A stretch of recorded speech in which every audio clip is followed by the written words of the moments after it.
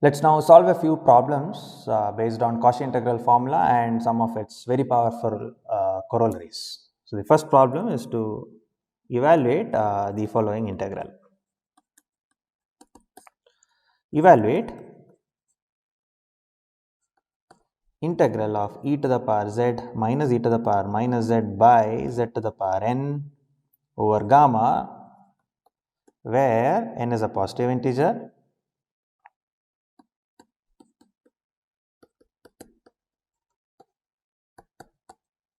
and gamma is the unit circle.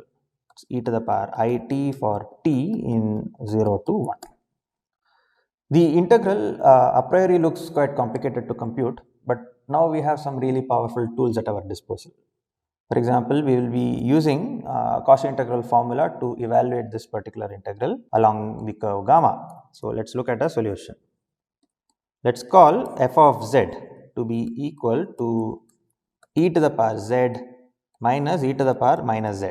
The first thing to note is that f is an entire function, and because of that, for z0 equal to 0, if you look at d01 bar, this is certainly contained in the domain of definition of f of z. And recall, by the higher order Cauchy integral formula,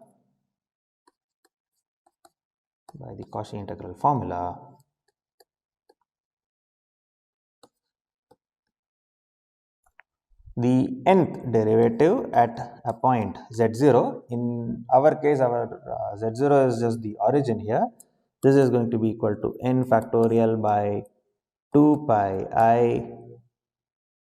So, maybe what can be done is we will focus on f n minus 1 at 0. This is going to be equal to n minus 1 times factorial times the integral over gamma of f of z by z minus 0 is z. So, this is going to be z to the power n minus 1 plus 1, which is z to the power n dz. And if you notice, this is precisely what we were trying to compute here, isn't it?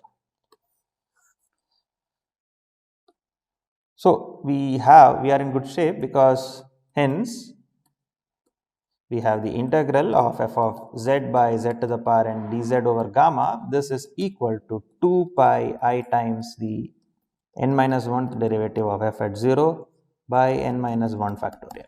This is precisely what we get. Now, computing this is going to be easy, the right hand side.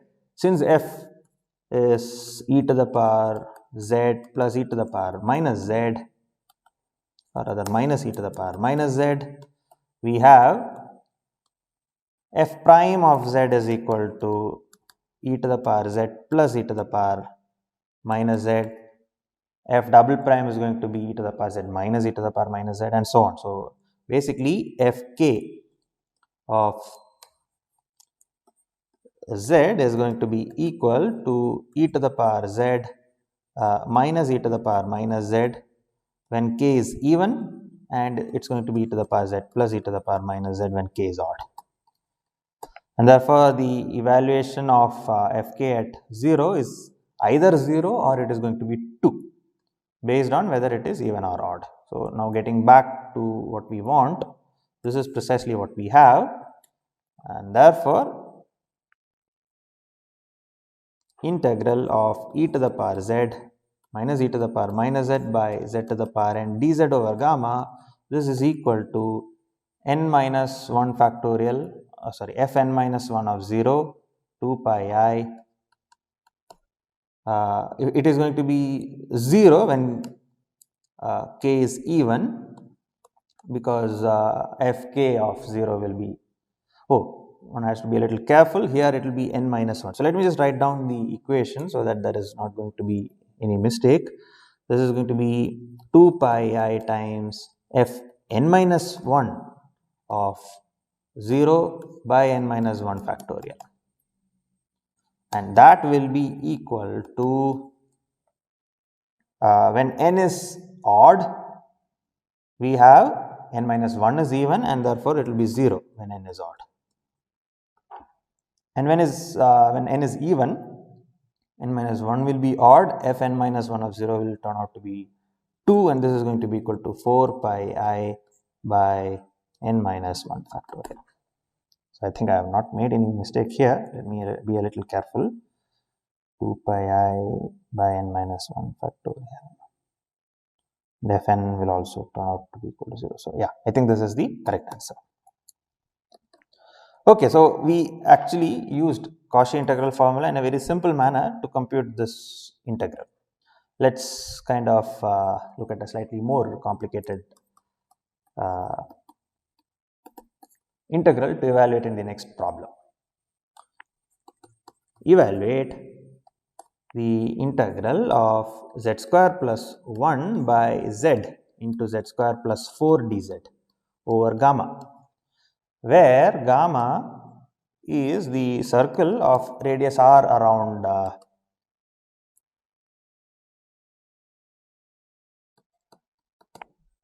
the origin. And now the question is to check the cases when 0 is less than r less than 2 and when r is greater than 2. So in these cases we will have to evaluate this integral. We will see why these cases are being described separately when we solve the problem.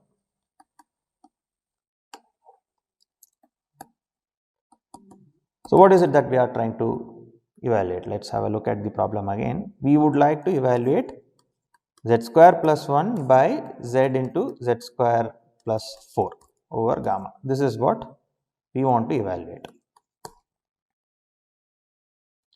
So before we start evaluating it explicitly, let's try to write it down as a sum of partial fractions. So this is going to be, in that case, z square plus 1 by z into z square plus 4 will be written down as a by z plus b by, notice that z square plus 4 is z plus 2i into z minus 2i. So this is going to be z plus 2i here plus c by z minus 2i. And as you can see, 2i will form the points 2i and minus 2i are going to create problems. So the circle of radius 2 is going to be contentious. That is one reason why r greater than 2 and r less than 2 was being considered. Of course, z is equal to 0 is immaterial. We will come to all that in a minute. Before that, let's just quickly solve what a, b, c would be. We get that a times z square plus 4 plus b times z square minus 2zi plus c times z square plus 2zi. Away from the points 0, 2i and minus 2i, this is going to be equal to z square plus 1.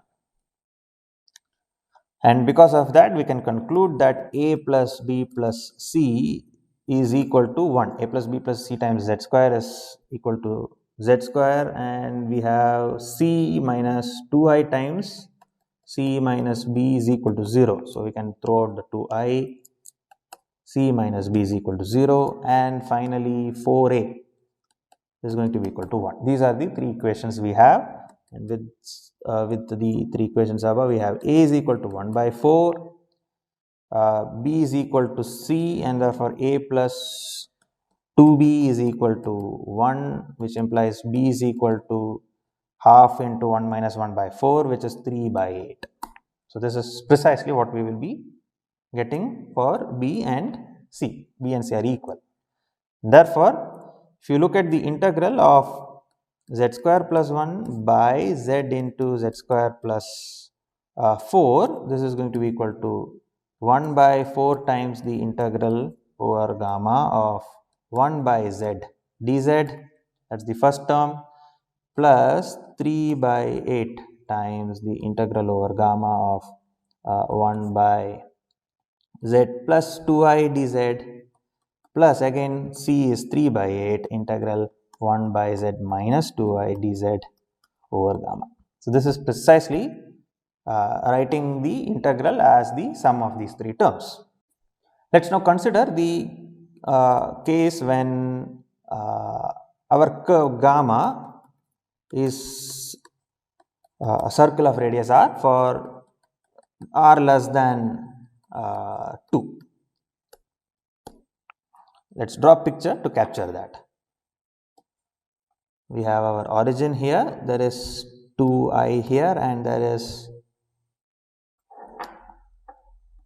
minus 2i here, and we have a circle of radius r somewhere like this. Now let's get back to the integrals that we are trying to compute. If you notice, 1 by z plus 2i, 1 by z plus 2i and okay, let's focus on this. 1 by z plus 2i is holomorphic on C minus the point minus 2i, right? It's away from this point that I'm just going to mark in green. This function is going to be holomorphic, and notice that on C minus 2i, the curve gamma of t equal to r e to the power it for r less than 1. This is null homotopic. It can be homotope to the constant curve at say 1 is null homotopic. And by the Cauchy's theorem, we get to conclude that integral of 1 by z plus 2i over gamma is equal to 0 by Cauchy's theorem. Similarly, the integral over gamma of 1 by z minus 2i is also equal to 0 by Cauchy's theorem.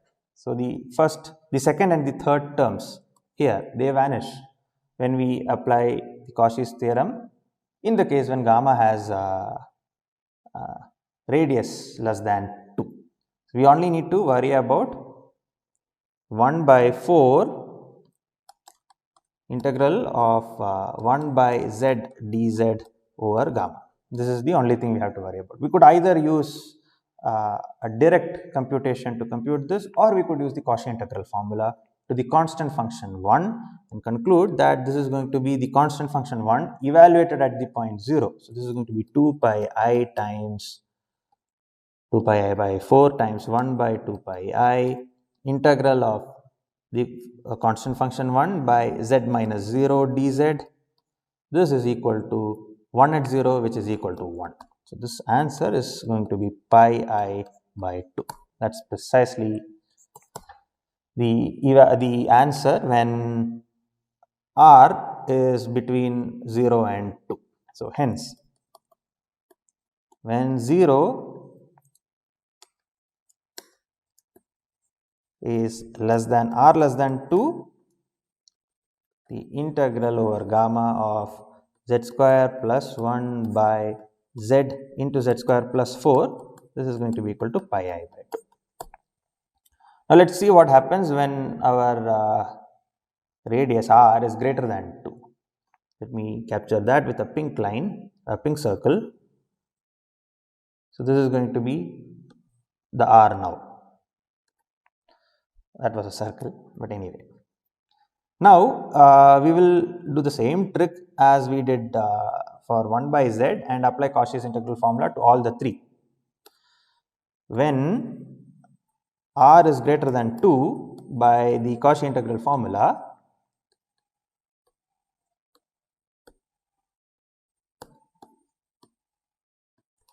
(3 by 8) times the integral over gamma of 1 by z minus 2i dz. This is going to be equal to 3 by 8 into 2 pi I times 1 by 2 pi I integral over gamma 1 by z minus 2i dz.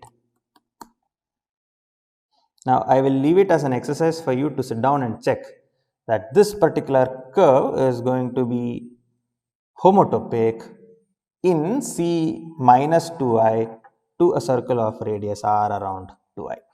Just a straight line homotopy. Maybe I should just write it down.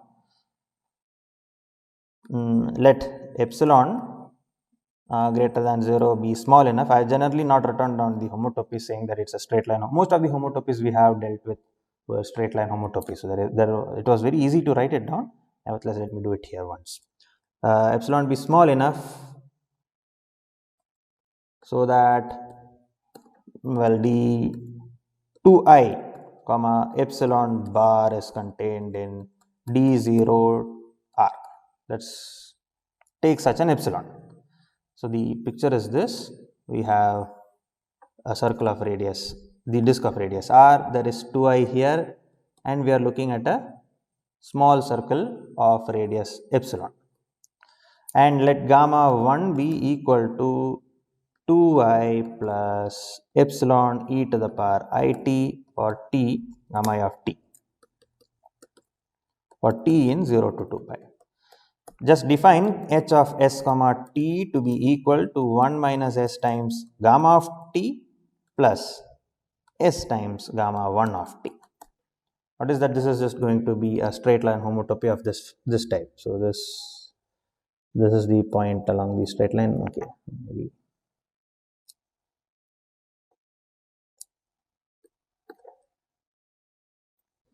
So the green lines are going to capture the homotopy. It will be like this.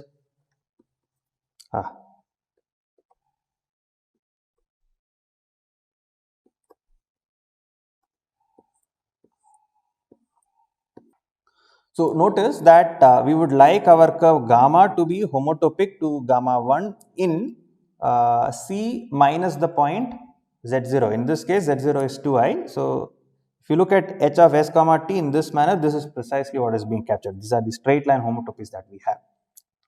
And by applying the Cauchy integral formula, integral over gamma is going to be equal to, this is going to be equal to, hence 1 by 2 pi I integral over gamma of f of z by z minus 2i. So f of z in this case is just 1 by z minus 2i dz. This is going to be equal to 1 by 2 pi I over gamma 1 by z minus 2i dz. And that's just going to be by the Cauchy integral formula f evaluated at the point 2i. But again, f here is the constant function 1. For f equal to the constant function 1 by the Cauchy integral formula,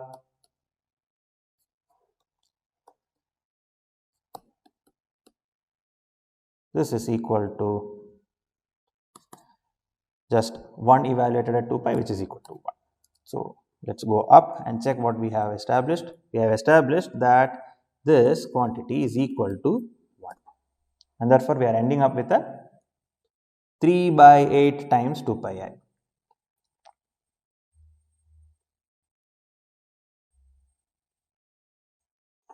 Hence 3 by 8 times the integral of 1 by z minus 2i dz, this is going to be equal to 3 by 8 times 2 pi I, which is equal to 3 by 4 times pi I. Similarly, we will have 3 by 8 times the integral over gamma of 1 by z plus 2i dz also is equal to 3 by 4 times pi I. The argument for 1 by z minus 2i over gamma, 1 by z over gamma is not going to change, and therefore 1 by 4 times the integral over gamma of 1 by z dz will continue to be equal to, what did we calculate, pi I by 2 or pi I by 4? That's going to be pi I by 2, and hence integral over gamma of z square plus 1 by z into z square plus 4, this is going to be equal to pi I by 2, and both of these will be 3 pi I by 4. So this is going to be equal to plus 3 pi I by 2, which is equal to 2 pi I. That's the answer. So for r greater than 2, this integral is going to be equal to 2 pi I. Notice that we used Cauchy integral formula in a very crucial way in this problem in both the cases, when r less than 2 and r greater than 2, to get hold of our answer. Notice that the most key aspect in this problem was to identify what curves were homotopic to what curves and how they were relevant to this problem. So that's one key thing one has to keep in mind when we solve these kind of problems. In the next problem, let's use Cauchy's integral formula directly to get hold of a proof of Liouville's theorem rather than invoking Cauchy estimates. Let's try to get hold of Liouville's theorem directly. The problem, however, is not to directly get hold of Liouville's theorem. Let's see what the problem is. Let f be an entire function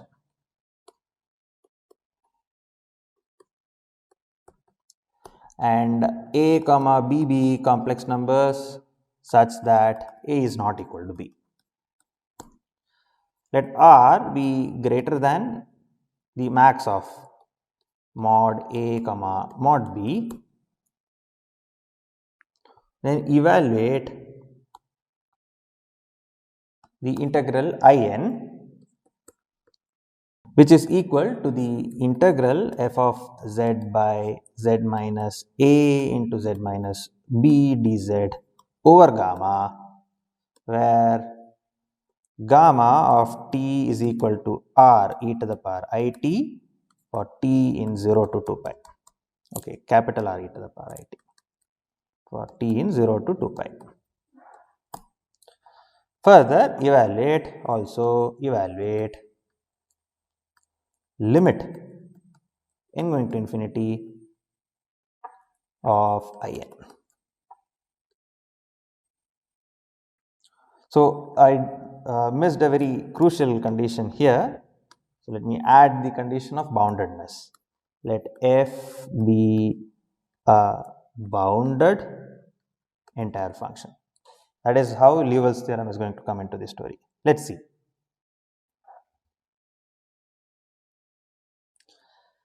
So what are we interested to compute? We are interested to compute integral f of z by z minus a into z minus b over gamma, where gamma is the circle of radius capital R around origin. The standard trick will be used here. Let me just quickly write that down. This is going to be equal to the integral of 1 by a minus b times f of z by z minus a minus f of z by z minus b dz. This is precisely what we will get by writing it down in terms of partial fractions. So this is again going to be 1 by a minus b times the integral over gamma f of z by z minus a minus 1 by a minus b times the integral f of z by z minus b dz. And interestingly enough, this is going to be equal to gamma is a circle of radius r around the origin, and by a very similar argument as in the previous problem, this is going to be homotopic to a circle of radius epsilon around a for epsilon small enough. And because of Cauchy integral formula, one can directly write this to be equal to f of a. So there is a 2 pi I that will feature in 2 pi I by a minus b times f of a minus 2 pi I by a minus b times f of b, just by a very similar argument around b.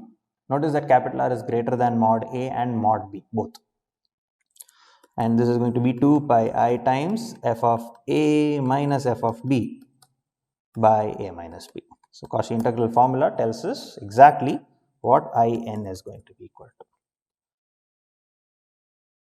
Okay, so the problem is actually written down a little incorrectly. This is not what we would like to see. We would like to evaluate when r goes to infinity. That's what we would like to evaluate. What happens when r goes to infinity? Notice that till now we have not used anything about the boundedness of our function f. Now let's try to compute limit as r goes to infinity of in. Notice that f is bounded implies that mod f of z is less than or equal to m for all z in C. That's the first observation. And therefore, if you look at absolute value of in, what was in again? Absolute value of integral over gamma of f of z by z minus a into z minus b dz. And if you notice, when a and b are fixed, this absolute value f of z by z minus a into z minus b, this is less than or equal to m for mod z, and remember that this is also mod z minus a is greater than or equal to mod z minus mod a, right? So this is greater than or equal to r minus mod a, and similarly mod z minus b is greater than or equal to r minus mod b, and therefore 1 by absolute value of these, that is going to be less than or equal to r minus mod b into r minus mod a. This is because of this, and hence we have absolute value of in is less than or equal to m by r minus the absolute value of b times the r minus the absolute value of a, and the arc length of gamma, which is 2 pi r. Therefore, if you look at the limit of in as r goes to infinity, this is going to be less than or equal to the limit as r goes to infinity of m 2 pi m by 1 minus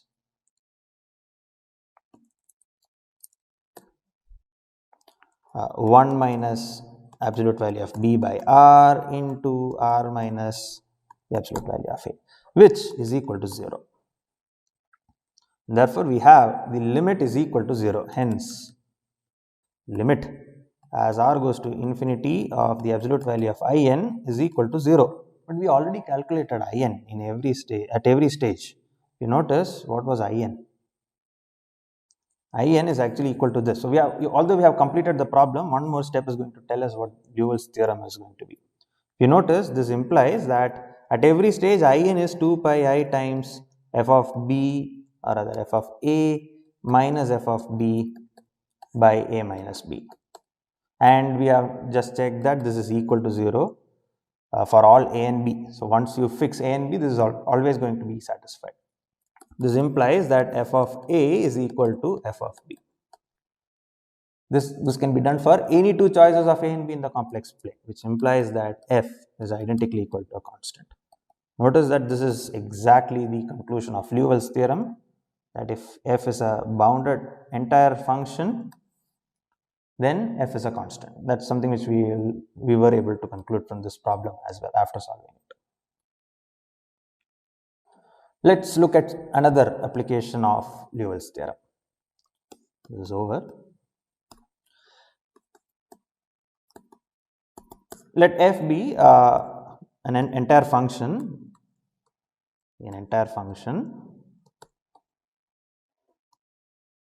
such that the absolute value of f prime of z is strictly less than the absolute value of f of z for all z in C. Then prove that there exists a positive real number a such that absolute value of f of z is less than or equal to a times e to the power mod z. Let's look at a proof of this. What do we have in the hypothesis? We have that we know that f mod f prime of z is strictly less than mod of f of z, but that tells us that the absolute value is a non-negative number, and that tells us that mod of f of z is always strictly greater than 0 for all z in C. This implies that f does not vanish in C, and hence g of z equal to f prime of z by f of z is an entire function.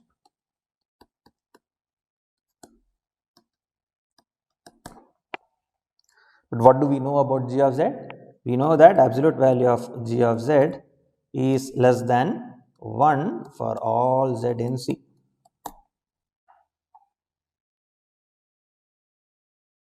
That is good, because now we will apply Liouville's theorem to the entire bounded entire function g. By Liouville's theorem, g is identically equal to some constant c for c in the complex numbers. So what do we have? This implies that f prime of z is equal to c times f of z. Okay, let's now use the fact that f is also an entire function. Because it's an entire function, in the entire complex plane, we will be able to write a power series expansion of f centered at the origin. Since f is entire, recall that we gave a power series expansion. We proved that f is analytic, complex analytic, and therefore, if R is such that dz0 R bar is contained in our domain omega, in dz0 R we have a power series expansion around z0 which converges to f.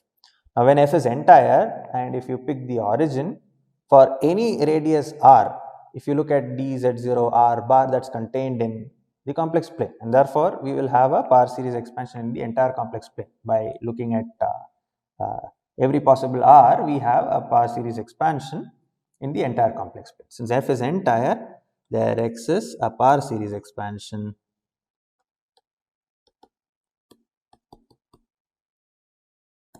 f of z equal to summation a n z to the power n in C. Now that is good because in the disk of convergence, we know that f prime of z, this is going to be equal to summation n a n z to the power n. And what we have just concluded is that, and since f prime of z is equal to c times f of z, we have summation n a n z to the power n is equal to summation c times a n z to the power n. Oh, z to the power n minus 1. I am sorry, there is a slight mistake. So let me be a little careful. This is from 1 to infinity. By equating coefficients, we have c times a0 is going to be equal to 1 times a1, which is a1. C times a1 will be equal to the coefficient of z to the power 1 here, which is going to be 2a2 and so on. We have c times ak is going to be equal to k plus 1 times ak plus 1. And inductively, we will be able to hence conclude that ak will be equal to c to the power k times a0 by k factorial.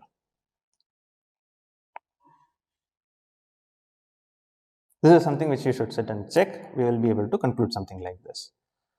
And therefore, we know exactly how our f is going to be. F is going to be equal to summation a n z to the power n, which is equal to a0 times summation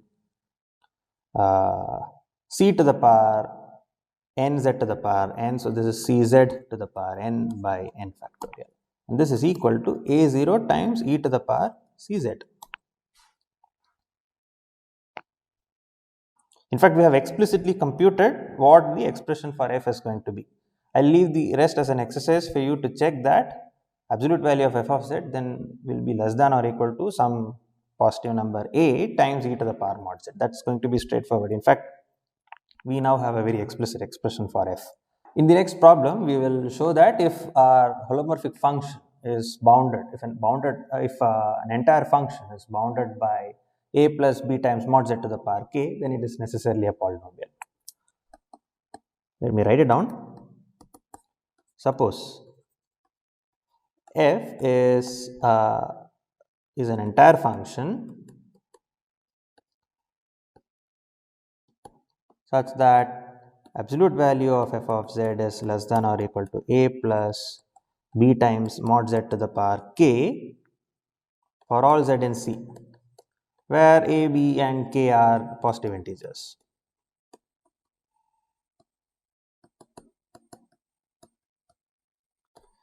Then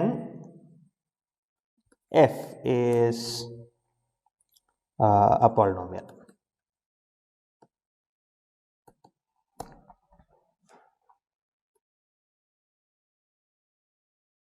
So we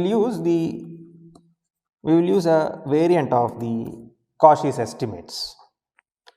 Let's fix some point z0 in the complex plane. Let z0 be in C.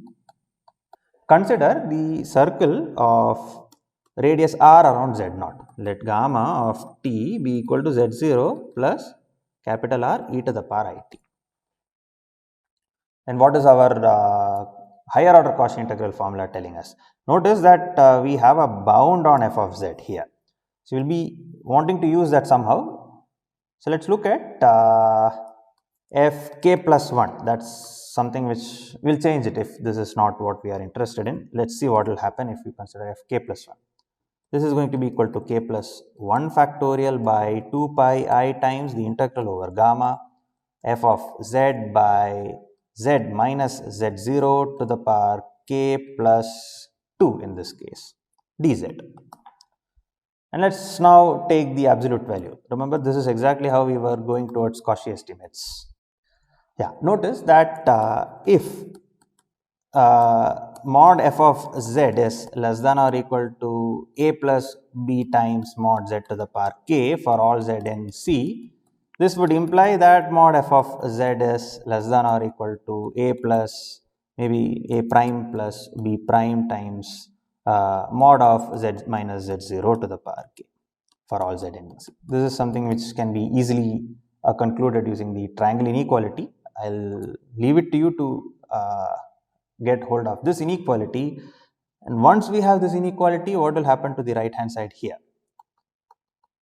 In star, we have absolute value of k plus 1 by 2, k plus 1 factorial by 2 pi I times the integral over gamma f of z by z minus z0 to the power k plus 2 dz.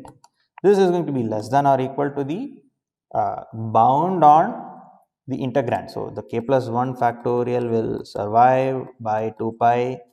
The thing above is going to be bounded by a prime plus b prime times r to the power k, and we have in the denominator r to the power k plus 2. This is what the function, this function is going to be. And we still have the arc length, which is going to be equal to 2 pi capital R. This is precisely what our bound is going to be. So this is why I said it's going to be a mild variant of the Cauchy inequalities. So this is going to be less than or equal to k plus 1 factorial by 2 pi into a prime. So 2 pi's will cancel off, so I can forget about the 2 pi, which is good. And then this is going to be a prime by r to the power k plus 1 plus b prime by r. So as you can see, the choice of k plus 1 was correct. So what do we have? We hence have, this is true for every r. So f k plus 1 of z. So hence, by taking r going to infinity, we have absolute value of f k plus 1 of z0 to be equal to 0. This can be argued at every point z0, and hence this tells us that f k plus 1 is identically equal to 0. Now f is an entire function, and this implies that f L is identically equal to 0 for all L greater than or equal to k plus 1. What do we have? That means that f of z, which is summation a n z to the power n, has a L equal to fn, fl at 0 by L factorial, which is equal to 0 for all L greater than or equal to k plus 1. This is in C, right? It's an entire function after all, which tells us that f of z is equal to a0 plus a1z plus up to ak z to the power k, and that's precisely what we had set out. Recall that the identity theorem, which was a stronger version of the principle of analytic continuation, it stated that if a function f defined on omega vanishes on a set which has a limit point, then f is identically equal to 0. The precise statement that we proved was that if f of z0 is equal to 0, then there is a small disk R around z0 such that in the punctured disk f does not vanish. These are equivalent. The next problem is to find a function, or the question is this: can we get hold of a function in the unit disk which vanishes on a countable set? Does there exist a function holomorphic on D such that f of Zn is equal to 0 where Zn is a countable set in D? Let's think about why such a problem came up. If you are having a countable subset of D, the question that can be asked is, does it necessarily have a limit point? Because if it does have a limit point, then the identity theorem directly tells us that f is going to be identically equal to 0.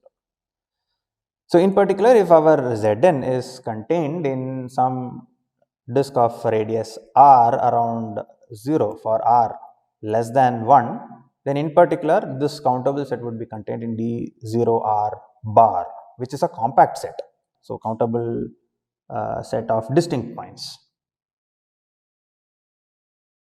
Let's put it that way: countable set in D consisting of distinct points.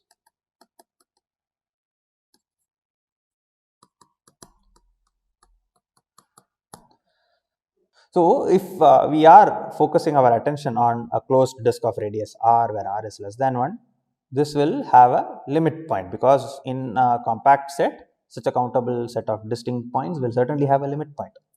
So we will certainly not be able to get hold of such a sequence. If at all there exists such a sequence, we will not be able to get hold of such a sequence contained in a disk of radius r where r is less than 1. In particular, we will be able to get hold of such a sequence only when the sequence converges to the boundary mod z is equal to 1. So this example tells us that it is possible to have a countable set in D of distinct points and a holomorphic function f where such that the function vanishes on this countable set. Let's look at a solution for this. Consider the following sequence: Zn equal to 1 minus 1 by n times pi. Notice that as n goes to infinity, this is a sequence which is converging to the point 1. So in particular, this is not going to be contained in any compact subset of the unit disk. And now define our function. Zn's are all distinct, right? And define f of z to be the composition of the sine function with 1 by 1 minus z. So notice that 1 by 1 minus z is a function which is holomorphic on the unit disk, and sine is an entire function. So the composition is certainly going to be a function which is holomorphic on the unit disk. And the question is, this is not going to be a constant function. That's something which you should sit down and check. Then sine of then f of zn, what is going to be f of zn? This is going to be equal to sine of 1 by 1 minus zn is 1 minus 1 by n pi. So this is 1 minus 1 by n pi. By after all the computations, this is going to be equal to sine of n pi, which is going to be equal to 0. So we have explicitly constructed a function which actually does vanish on a countable set. But notice that in the unit disk, this countable set does not have a limit point. It is a discrete set. You pick any Zn, identity theorem still is satisfied. One can get hold of a small enough epsilon such that in d Zn epsilon, our function f does not have any other 0. Let me stop here.